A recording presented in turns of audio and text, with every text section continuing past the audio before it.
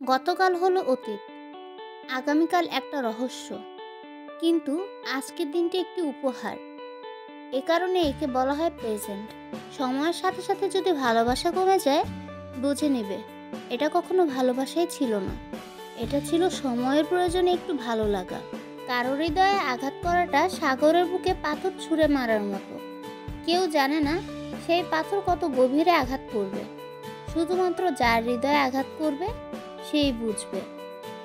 পাশাপাশি থাকা মানেই কাছাকাছি থাকা নয়, দূরে থেকেও কাছাকাছি থাকা যায়। এটা কেবলমাত্র আপনার মানসিকতার উপরে নির্ভর করে। পৃথিবীতে ভালো থাকতে খুব বেশি কিছু প্রয়োজন নেই। একটুখানি সততা, নিজের উপরে বিশ্বাস, অল্প কিছু আপন মানুষ যারা তোমাকে চোখ বুজে বিশ্বাস করবে, কিংবা যাদের কাছে প্রাণ খুলে কথা বলতে পারবে। আর অল্পতেই সুখী হবার মানসিকতা। ভালো থাকুক সবাই, ভালো রাখুক প্রিয় মানুষদের, ভালো থাকুক আপনজনেরাও।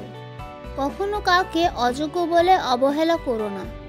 ভেবে দেখো, তুমিও কারো না কারো কাছে অযোগ্য। কেউ কারো যোগ্য নয়, যোগ্য বিবেচনা করে নিতে হয়। তোমার ভুলগুলোকে নিজের সাথে বহন করো না, সেগুলোকে পায়ের নিচে ফেলো এবং সেগুলোর উপর ভর দিয়ে সামনে এগিয়ে চলার কাজে ব্যবহার করো।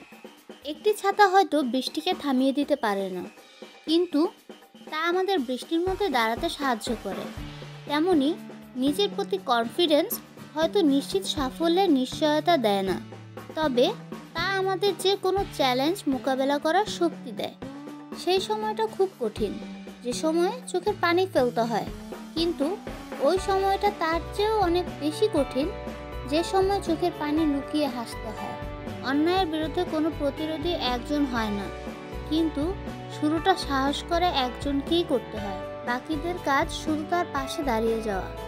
মন ভালো করার জন্য খুব বেশি কিছু দরকার হয় না, প্রিয় মানুষগুলোর একটু হাসি যথেষ্ট।